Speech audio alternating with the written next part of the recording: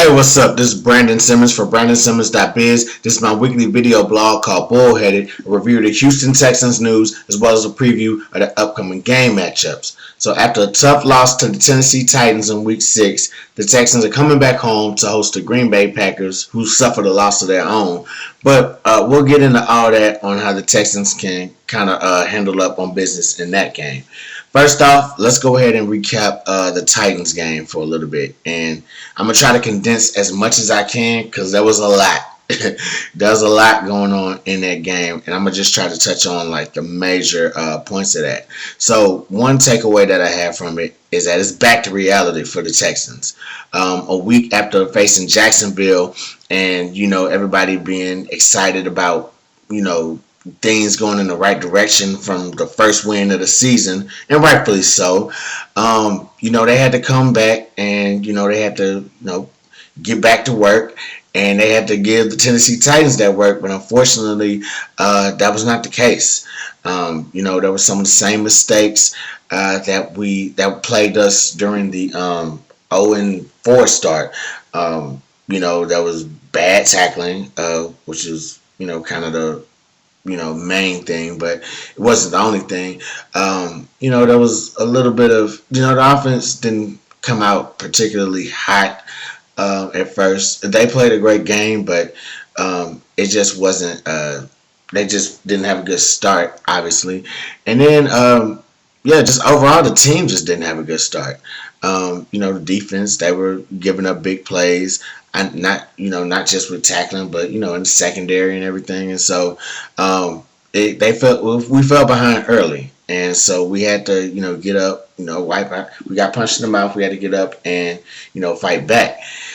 So the second takeaway for that is it was a fighting effort. I'm not gonna lie. I mean, this Tennessee Titans team, they tough or whatever. They had their own showdown coming up against the Steelers this weekend, but the way the Texans came out and just when things finally got going for the Texans, it was you couldn't do nothing else but like applaud them for how they fought, particularly in that third quarter. You had stuff like a blocked field goal. You had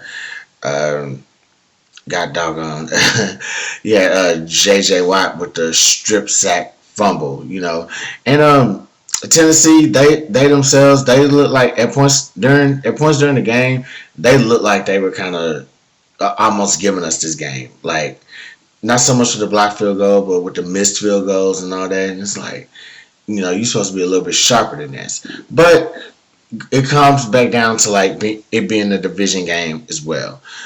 These two teams, they know each other pretty well. The damn coaches, the head coach used to be our defensive coordinator. So it's like with those tendencies, like just going back and forth amongst the sidelines, it's like, this is going to be a tough game for both sides to try and pull a W out, and it ended up being that. So very good job for the effort as far as, just very good job on the effort, particularly in the third quarter for my defense and, from the offense. Although, a lot of people were kind of pissed at the defense, but it's like, why are you pissed now? They've been kind of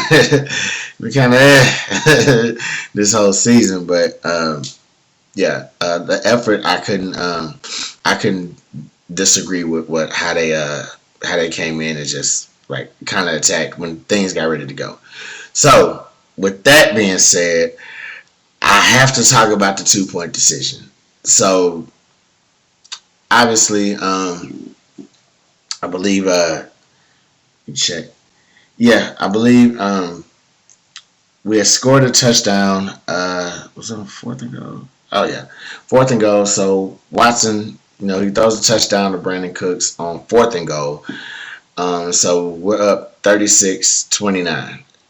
Before that, Texans were up by like 1 point, which is crazy. But Watson throws the TD. Texans are up 36-29, about to either kick the extra point or go for the 2. So Cornell tells all of them to line up for the 2-point conversion. 2-point conversion fails. So instead of kicking the extra point, to go up by 8, which would have been what 37-29, and had Tennessee scored, they would have had to they would have had to attempt the extra. They would have had to attempt a 2-point conversion. Instead, they failed the 2-point conversion. Texans failed the 2-point conversion. So it's 36-29. Tennessee comes back down, scores a touchdown. They actually tie it up with an extra point, send it into overtime, and hell, the rest is Derrick Henry's highlight film. So initially, when I saw that they went for 2, I was like, this is gutsy, but I like it, I like it for what it needed to be. I like it for what it signaled or symbolized for what this team needed right now. They needed guts. They needed somebody to come in there and say, like, we trying to win. You know what I'm saying? So I like that decision. I like that aspect of it. Now, will I agree that it probably wasn't the smartest call? You can agree with that. And as I've been listening to everybody's takes, I'm like, you should just kick the extra point. Hell, the commentator was saying, I think Rich Gannon, who was calling the game, he was saying that, he should have just kicked the extra point and just, had Tennessee attempt a 2-point conversion. After listening to all those takes, I still feel like that him going for 2, it was a great decision. And in sports, a lot of times, man, when it comes to like, hard to explain it right now, because I don't have all night and I don't have all day or whatever. But in sports, a lot of gutsy decisions really ain't smart. There's gutsy and then there's smart decisions. Pretty much, perfect example. So a couple weeks ago in the finals, when LeBron drove down the lane and he passed it to Danny Green, a lot of people said that was a smart play, but other people were saying that was like, nah, that's not a gutsy play. You're scared. You're supposed to be the GOAT and blah blah blah blah blah. Just real sports talk. So that's a good example of like, there's gutsy decisions in sports, but there's also like smart decisions in sports. This here probably wasn't a smart decision. It was definitely probably more, I would say, would lean, if it was a little bit of smart in it, I would say it would lean more on the gut side. But being as that may or whatever, the Texans need to have like those type of decisions being shown to them. This team needs to have those type of like actions shown to show like, hey, we're doing whatever it takes to win this game, to win anything. You know what I'm saying? So I stand by the decision. I thought it was a great decision. It was gutsy. It was tough. He went for when you go for the win, you can't really fault nobody for that. So that's how I feel about that. Still a good decision by him. If he would have if Romeo Crennel would have made that 2-point conversion, they would have signed him to be like the head coach, GM, parking manager, all that shit, all that bull job, man. So I'm not gonna trip that he went for that and failed. It is what it is, because if he made it, he would have had the interim tag thrown off of him immediately. So it is what it is on that. Trade rumors, I don't have a lot. I saw something where Deshaun Watson was kind of dispelling trade rumors. I will say this: Deshaun could probably dispel all he wants. He's the franchise quarterback and all that. I don't know. Whatever the Texans probably could pull some stuff off. We don't have a lot of draft picks to just really just throw out there like that. But I definitely think I would not be surprised if they pull some stuff off just to like see what tools they can get as far as like to either help this offense, particularly these running backs, the receivers, see if we can get some help like on the defensive side, maybe generate help with maybe generate more pressure. I know it's right now. It's a weird time for this team. It's we already playing with an interim. We already have an interim head coach. About 6 or 7 games into the season, so it's a little bit of it could probably be a little bit of uncertainty in the air, and that can include like a trade rumor or two. So we'll just see how it goes. Trade deadline, I think it's supposed to be on November 3rd, same day as Election Day. So we'll just see how it turn out or turn out.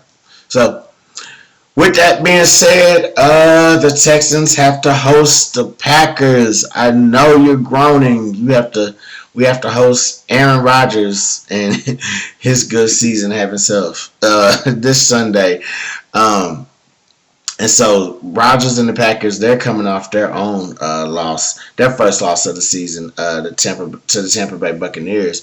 And so there's a couple of things that the Texans can probably do to actually win this game. And one of them is something that the Bucs actually did, and that's apply pressure to Rodgers. So this season, in that particular game, Rodgers had his worst stat line of being under pressure for the season. Came back, So in that game, he had like seven. He was hit 7 times, had 4 sacks, and you saw what that did to him.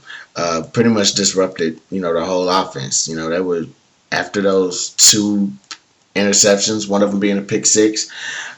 He wasn't the same no more. So I definitely think finding ways to apply pressure to Rodgers, Texans, they seem to be improving a little bit along the defensive line, and so as long as that keeps going in an upward motion, I think we have a good chance to just really get after Rodgers this weekend, and just kind of shake his whole rhythm up, and just hold him down to scoring. I think each game they scored at least 20 or 30 points in each game they had going into Tampa Bay, and after Tampa Bay, that Tampa Bay game was the first time they scored 10 points all season. So I definitely think that is going to be the key as far as how much pressure they can really get onto him, just to shake up the whole offensive rhythm for that team.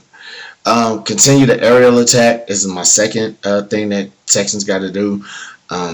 They've been clicking through the air these past 3 games. Deshaun Watson has thrown for 300 yards in each of these past 3 games, and that's not nothing to scoff at, man. These receivers, they look like they're kind of getting it. You can see them running. You can see them running their routes a little bit more, downfield here and there. Will Fuller, he had a big touchdown in last week's game, and you can see I keep talking about how the yardage numbers look. With each one of the receivers is recording at least 90 yards in each of the games this season. So I definitely think we have something. We have something with the aerial attack. It just needs to be a little bit more consistent, and not even just the receivers. The tight ends are getting in it. Darren Fails, Akins, I forgot which one is which. I think it's Fails because he caught something. So yeah, it might be Fails, but the other guy, Farrell Brown, I think he had a catch or 2. So we're definitely seeing the receiving group get a lot more touches as they should. Last thing Texans got to do, they got to win the red zone battle. And so Packers right now, they're ranked 29th in red zone defense. Texans are ranked 10th in red zone defense. So they have to win that battle. I know Aaron Rodgers, he can be just as dangerous, in the red. Obviously, he can be just as dangerous in any part of the field. So we got to remember that. Keep him in check when he gets that part of the field. And when the offense offense gets into the red zone of the Packers, just keep going at them. Last week, David Johnson, he got a rushing touchdown on 4th down, so 4th and goal. So just keep going at these guys. When we get into the red zone, when we get into the goal-to-goal situations, just keep going at them. It is the Packers. We play them ever so often. and they've been good every time we played them. But at the same time, you just got to play them like they just whatever. Just go at them, man. That's all, pretty much. So, do those three things. Apply pressure to Rodgers. Continue with the aerial attack, throwing the ball down the field, and just defense got to win the red zone battle against the Pack. Do those three things. Texans should be able to pull out the W. So, with that being said, that's all I got for y'all today, this weekend, or whatever. I'm Brandon Simmons from BrandonSimmons.biz. Holla black.